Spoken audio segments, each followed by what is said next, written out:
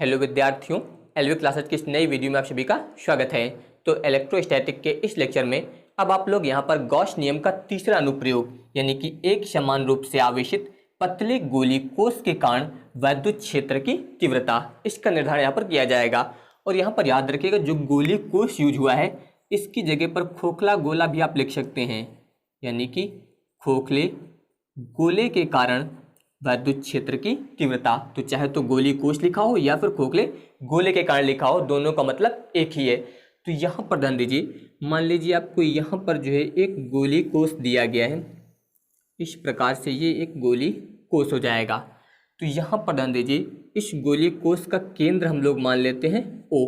इस प्रकार से इस पर जो है प्लस Q परिमाण का आवेश जो है वो समान रूप से फैला हुआ है, यानी कि इसके पृष्ठ पर जो है Q परिमाण का धनावेश जो है वो समान रूप से फैला हुआ है। तो हम लोग जो है यहाँ पर इस गोली कोष के कारण जो वैद्युत क्षेत्र की तीव्रता ज्ञात करनी है वो इस गोली कोष के बाहर ज्ञात करनी है, यानी कि बाहर किसी बिंदु पर तीव्रता ज्ञात करेंगे। इसके अलावा इस गोली कोष के पृष्ठ पर तीव्रता ज्ञात करेंगे और इसके अलावा इस गोली कोष के अंदर तीव्रता ज्ञात करेंगे, यानी कि यहाँ पर 3 कंडीशन है। तो सबसे पहले ध्यान दीजिए यहाँ पर केस 1, यानी कि जब हम लोग यहाँ पर इस गोली कोष के बाहर तीव्रता ज्ञात करेंगे तो इसके बाहर कोई बिंदु आपको ले लेना है। मान लेते हैं हम लोग ये बिंदु P है और इस बिंदु P पर जो है आपको एक गॉसी पृष्ठ की परिकल्पना करनी है। इस प्रकार से जो है यहाँ पर एक गॉसी पृष्ठ की परिकल्पना कर देनी है इस प्रकार से। तो यहाँ पर ध्यान दीजिए, ये जो गोली कोष है इसकी त्रिज्या हम लोग मान लेते हैं कैपिटल R, और जो इसके बाहर बिंदु P लिया गया है इसकी यहाँ से हम लोग दूरी मान लेते हैं स्मॉल r, यानी कि इस गॉसी पृष्ठ की त्रिज्या कितनी हो जाएगी, अब r हो जाएगी। तो ये यहाँ पर हो जाएगा गॉसियन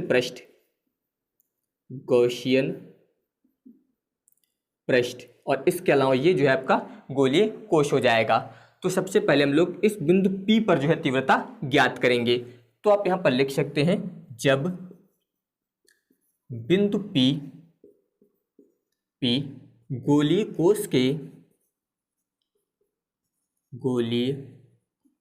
कोष के बाहर हो, अर्थात अब यहाँ पर ध्यान दीजिए, यानी कि जिस समय ये बिंदु P जो है इस कोष से बाहर है उस समय यहाँ पर जो ये स्मॉल r है इसका मान अधिक होगा कैपिटल R से, क्योंकि कैपिटल R जो है इस गोली कोष की त्रिज्या है और हम लोग तीव्रता इसके बाहर ज्ञात कर रहे हैं, इसलिए इसका मान जो होगा इसकी तुलना में अधिक होगा, इसीलिए यहाँ पर ये लिखा गया है। तो अब ध्यान दीजिए, सबसे पहले जो हम लोग इस बिंदु P पर एक अल्पांश क्षेत्रफल लेंगे। इस पर जो है यहाँ पर ये एक अल्पांश क्षेत्रफल लिया गया है। तो आपको पता होना चाहिए कि इस गोली कोष पर जो तीव्रता होगी वो इस पृष्ठ के लंबवत होगी, यानी कि इस गोली कोष के सभी बिंदु पर तीव्रता जो होगी वो इस पृष्ठ के लंबवत होगी, इसके अलावा समान होगी। तो यहाँ पर हम लोग मान लेते हैं तीव्रता है आपकी E, इस प्रकार से। इसके अलावा ये अल्पांश क्षेत्रफल लिया गया है जिसे हम लोग बोलते हैं dA। तो यहाँ पर जो क्षेत्रफल सदिश होगा वो भी इसी प्रकार से होगा, क्योंकि क्षेत्रफल सदिश जो होता है अल्पांश के लंबवत होता है। तो इस प्रकार से इतना होगा। तो सबसे पहले हम लोग यहाँ पर जो है वैद्युत फ्लक्स ज्ञात करेंगे इस अल्पांश के कारण। तो आप यहाँ पर लिखेंगे अल्पांश dA से बद्ध वैद्युत फ्लक्स,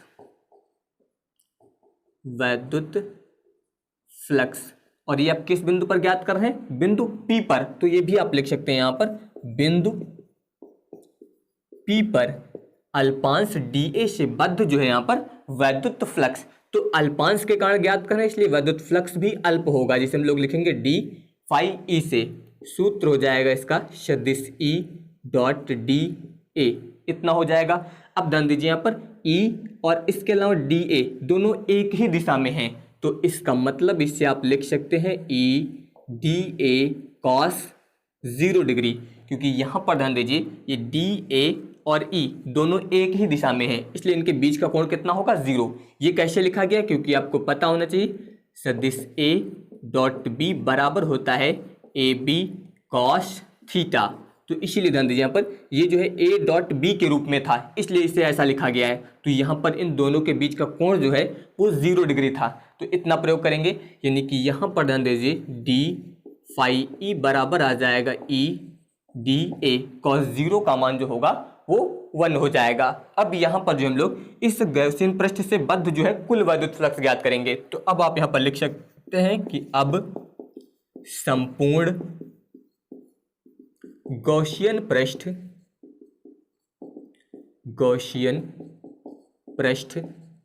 से बद्ध कुल वैद्युत फ्लक्स, तो यहां पर आप ज्ञात करेंगे कुल वैद्युत फ्लक्स। तो इसके लिए ध्यान दीजिए कुल वैद्युत फ्लक्स, इसे हम लोग लिखेंगे फाई ई से। तो जो अभी अल्प वाला ज्ञात किया है उसका हम लोग यहाँ पर इंटीग्रेशन करेंगे, यानी कि समाकलन किया जाएगा डी फाई ई का।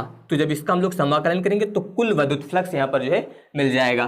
तो अब ध्यान दीजिए यहाँ पर आप लिखिए सरफेस इंटीग्रेशन, इसका आप मान रख दीजिए यहाँ पर ई डी ए इतना हो जाएगा। यहाँ पर ई जो है वो बाहर हो जाएगा, यहाँ पर आ जाएगा डी ए, इस प्रकार से इतना हुआ। तो अब ध्यान दीजिए यहाँ पर डी ए जो है ये इस पूरे गॉसियन पृष्ठ का एक छोटा सा हिस्सा लिया गया था, यानी कि एक अल्पांश क्षेत्रफल था। और यहाँ पर ये गॉसीय पृष्ठ ध्यान दीजिए किस प्रकार का है, गोलाकार है। तो यहाँ पर जो हम लोग गोले का क्षेत्रफल अब इसकी जगह पे यूज करेंगे, यानी कि इसका जो समाकलन होगा वो इस गोले के क्षेत्रफल के बराबर होगा, क्योंकि DA जो है यहाँ पर इस गोले का एक जो है छोटा सा हिस्सा लिया गया था। तो इसका मतलब फाई ई बराबर आएगा ई, और यहाँ पर इसकी जगह पर अब आपको प्रयोग करना है 4 पाई आर स्क्वायर, क्योंकि ये जो है यहाँ पर गॉसियन पृष्ठ गोलाकार है, इसलिए यहाँ पर हम लोग गोले का क्षेत्रफल यूज करेंगे 4 पाई आर स्क्वायर, और इसकी त्रिज्या कितनी है आर, इसलिए यहाँ पर ये लिख दिया गया आर स्क्वायर। तो इसकी जगह पर अब आप इसका यूज करेंगे, इसको आप चाहे तो मान लीजिए यहाँ पर समीकरण नंबर 1 इतना हो जाएगा। अब इसके बाद ध्यान दीजिए अब आप यहाँ पर लिखेंगे गॉस प्रमेय से।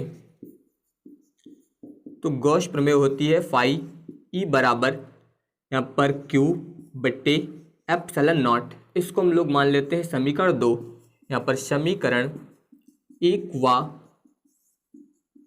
2 से, तो अब ध्यान दीजिए दोनों का LHS बराबर है तो RHS भी बराबर हो जाएगा, यानी कि ई यहाँ पर हो जाएगा 4 पाई आर स्क्वायर बराबर यहाँ पर हो जाएगा क्यू बट्टे में एप्सिलॉन नॉट, इतना हुआ। ध्यान दीजिए इसे आप इस प्रकार से लिख सकते हैं ई बराबर, ये पूरा इधर लाइए, तो इधर आप लिखेंगे 1 बट्टे में आ जाएगा 4 पाई, ये हो गया। इसके अलावा एप्सिलॉन नॉट हो जाएगा इंटू यहाँ पर दिया गया है क्यू, और ये आर भी इधर आ जाएगा तो बट्टे में हो जाएगा आर स्क्वायर। तो ये यहाँ पर जो है इसके बाहर जो है तीव्रता हो जाएगी, यानी कि इस गोलीय कोश के बाहर जो है विद्युत क्षेत्र की तीव्रता का सूत्र आ जाएगा। अगर मान लीजिए इस कोश का आपको पृष्ठ घनत्व तो दिया गया है, पृष्ठ घनत्व तो होता है सिग्मा, आप यहाँ पर लिख सकते हैं कि यदि गोलीय कोश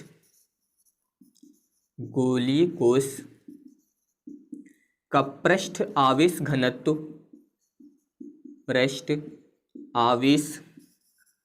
घनत्व सिग्मा है, मान लीजिए आपको पृष्ठ आवेश घनत्व जो है यहाँ पर दिया गया है, तो अब ध्यान दीजिए सूत्र ये होता है फिर सिग्मा बराबर क्यू बाई ए, ये होता है आपका पृष्ठ घनत्व। तो अब यहाँ पर ध्यान दीजिए सिग्मा बराबर क्यू बटे ए जो है यहाँ पर इस गोलीय कोश का क्षेत्रफल है। तो यहाँ पर हम लोग गोलीय कोश का क्षेत्रफल लिखने के लिए ध्यान दीजिए त्रिज्या दी गई है आर, तो इसका मतलब 4 पाई आर स्क्वायर। यहाँ पर याद रखिएगा ये लिखा गया था गोलीय कोश का पृष्ठ आवेश घनत्व, ना कि गॉसियन पृष्ठ का। तो गोलीय कोश की बात हुई है इसलिए क्षेत्रफल आपको यहाँ पर गोलीय कोश का यूज करना है। अब ध्यान दीजिए जब यहाँ से आवेश ज्ञात करेंगे तो ये इधर गुणे में आएगा, सिग्मा यहाँ पर हो जाएगा 4 पाई आर स्क्वायर, इतना हुआ। अब ये मान जो हम लोग इसमें रखेंगे, आप इससे मान लीजिए यहाँ पर समीकरण नंबर 3, तो आप लिख सकते हैं समीकरण 3 से इसमें आप मान रखिए, तो ये हो जाएगा ई बराबर 1/4 पाई एप्सिलॉन नॉट, यहाँ पर आप लिखेंगे क्यू दिया गया, क्यू का मान रखिए सिग्मा 4 पाई आर स्क्वायर बट्टे में है आर स्क्वायर, ये स्मॉल आर स्क्वायर। तो अब यहाँ पर ध्यान दीजिए इसमें जो है 4 पाई से 4 पाई कैंसिल हो जाएगा, यानी कि ये आएगा ई बराबर यहाँ पर हो जाएगा सिग्मा बट्टे में एप्सिलॉन नॉट इंटू यहाँ पर दिया गया है कैपिटल आर स्क्वायर और बट्टे में हो जाएगा स्मॉल आर स्क्वायर। तो इस प्रकार ये जो है इसके बाहर यानी कि इस गोली को इसके बाहर जो है विद्युत क्षेत्र की तीव्रता हो जाएगी। तो अगर पृष्ठ घनत्व दिया है तो ये होगा, अगर आपको पृष्ठ घनत्व नहीं पता है तो वहां पर तीव्रता इसके द्वारा हम लोग ज्ञात करेंगे। तो अब आप चाहें तो यहाँ पर इसका स्क्रीनशॉट ले सकते हैं। अब इसके बाद जो है दूसरी कंडीशन ध्यान दीजिए, यानी कि जब हम लोग इस बिंदु P को इस पृष्ठ पर मान लें, यानी कि अब की बार तीव्रता जो है वो पृष्ठ पर ज्ञात की जाएगी। तो अगर ये बिंदु इस पर मान लिया जाए तो अब ध्यान दीजिए आप लिख सकते हैं यहाँ पर, जब बिंदु P गोली कोश के पृष्ठ पर हो अर्थात अब यहां पर ध्यान दीजिए, अगर ये बिंदु P इस गोली पृष्ठ पर मान लिया जाएगा तो उस समय जो स्मॉल r है उसका मान फिर इस कैपिटल R के बराबर हो जाएगा। ध्यान दीजिए, जब इस बिंदु P को हम लोग इस पर मान लेंगे तो इस R का मान फिर इसके बराबर हो जाएगा। तो अब यहाँ पर ध्यान दीजिए, जो अभी हम लोगों ने सूत्र ज्ञात किया था, यानी कि एक ये ज्ञात किया था, एक ये ज्ञात किया था, इसे आप मान लेना समीकरण नंबर 4। तो अब आप डायरेक्ट यहाँ पर लिख सकते हैं समीकरण 3 से। ध्यान दीजिए, जब यहाँ पर जो इस पृष्ठ पर होगा तो उस समय स्मॉल r का मान किसके बराबर है? कैपिटल R के बराबर है। तो इस सूत्र में ध्यान दीजिए फिर E बराबर 1/4 pi epsilon not into Q बटे यहाँ पर जहाँ पर स्मॉल r दिया गया है उसकी जगह पे कितना हो जाएगा? Capital R square. तो ये जो है यहाँ पर इस गोलीय कोश के पृष्ठ पर विद्युत क्षेत्र की तीव्रता हो जाएगी। इसके अलावा ध्यान दीजिए समीकरण 4 से, यानी कि इस वाले समीकरण के अनुसार ध्यान दीजिए यहाँ पर E बराबर सिग्मा बट्टे एप्सिलॉन नॉट इंटू यहाँ पर है कैपिटल R स्क्वायर बट्टे यहाँ पर दिया गया है स्मॉल r स्क्वायर, इसकी जगह पर भी कितना हो जाएगा? कैपिटल R, क्योंकि अभी आपको बताया गया कि इसका मान जो है किसके बराबर है? कैपिटल R के बराबर है इस स्थिति में, क्योंकि बिंदु P जो है वो इसके पृष्ठ पर आ गया है। तो ये दोनों बराबर हो गए, तो इसकी जगह पर कितना आ जाएगा? Capital R। ये भी यहाँ पर कैंसिल हो जाएगा, तो ये आ जाएगा फिर E बराबर सिग्मा बट्टे एप्सिलॉन नॉट। तो ये यहाँ पर जो है इस गोलीय कोश के पृष्ठ पर विद्युत क्षेत्र की तीव्रता हो जाएगी। तो अब आप यहाँ पर इसका स्क्रीनशॉट ले लीजिए। अब इसके बाद ध्यान दीजिए तीसरी कंडीशन में जो है हम लोग इस गोलीय कोश के अंदर विद्युत क्षेत्र की तीव्रता ज्ञात करेंगे। तो अब की बार इसके अंदर आपको यहाँ पर बिंदु P लेना है। यहाँ पर हम लोग लेते हैं, इसे मान लेते हैं P डैश। अब यहाँ पर जो है आपको एक गॉसीय पृष्ठ की परिकल्पना कर देनी है। इस प्रकार से यहाँ पर ये गॉसीय पृष्ठ बना दिया गया है। तो अब ध्यान दीजिए, अब आप यहाँ पर लिखेंगे जब बिंदु P डैश गोलीय कोश के अंदर हो अर्थात small r is less than capital R। अब ध्यान दीजिए, जब इस वाले बिंदु को हम लोग अब अंदर मान लेंगे गोलीय कोश के, तो इसका मान जो है अब इससे कम हो जाएगा इस कैपिटल R से। तो वही लिखा गया है कि स्मॉल r जो है वो फिर R की तुलना में कम हो जाएगा, यानी कि जो दूसरा गॉसीय पृष्ठ बना है इसकी त्रिज्या इस गोलीय कोश से कम है। तो अब यहाँ पर ध्यान दीजिए, अब आपको कुछ कंडीशन याद रखनी है। जो गोलीय कोश होता है इसके अंदर आवेश जो होता है वो हमेशा शून्य होता है। ये पॉइंट आप लोग याद रखेंगे तो आप बता सकते हैं, क्योंकि गोलीय कोश के भीतर प्रत्येक बिंदु पर आवेश शून्य होता है,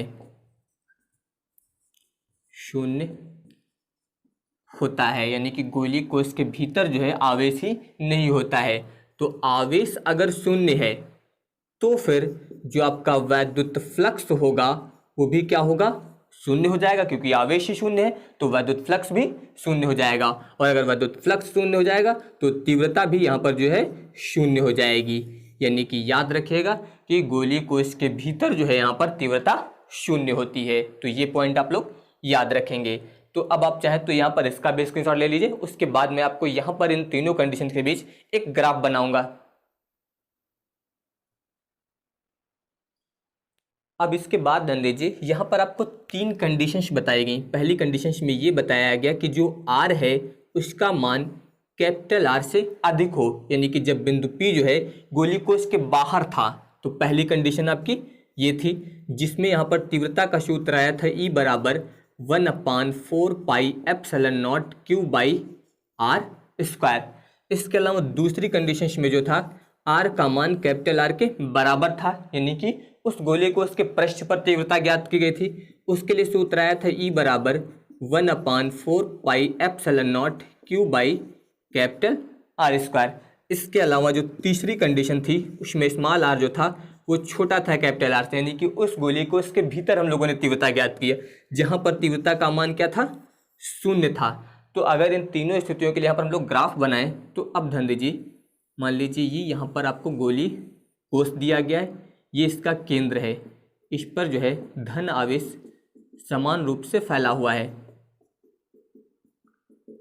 तो अब ध्यान दीजिए, ये तो इसका केंद्र है, इस प्रकार से इसको हम लोग मान लेते हैं वाई अक्ष और इधर इसको मान लेते हैं एक्स अक्ष, इस प्रकार से।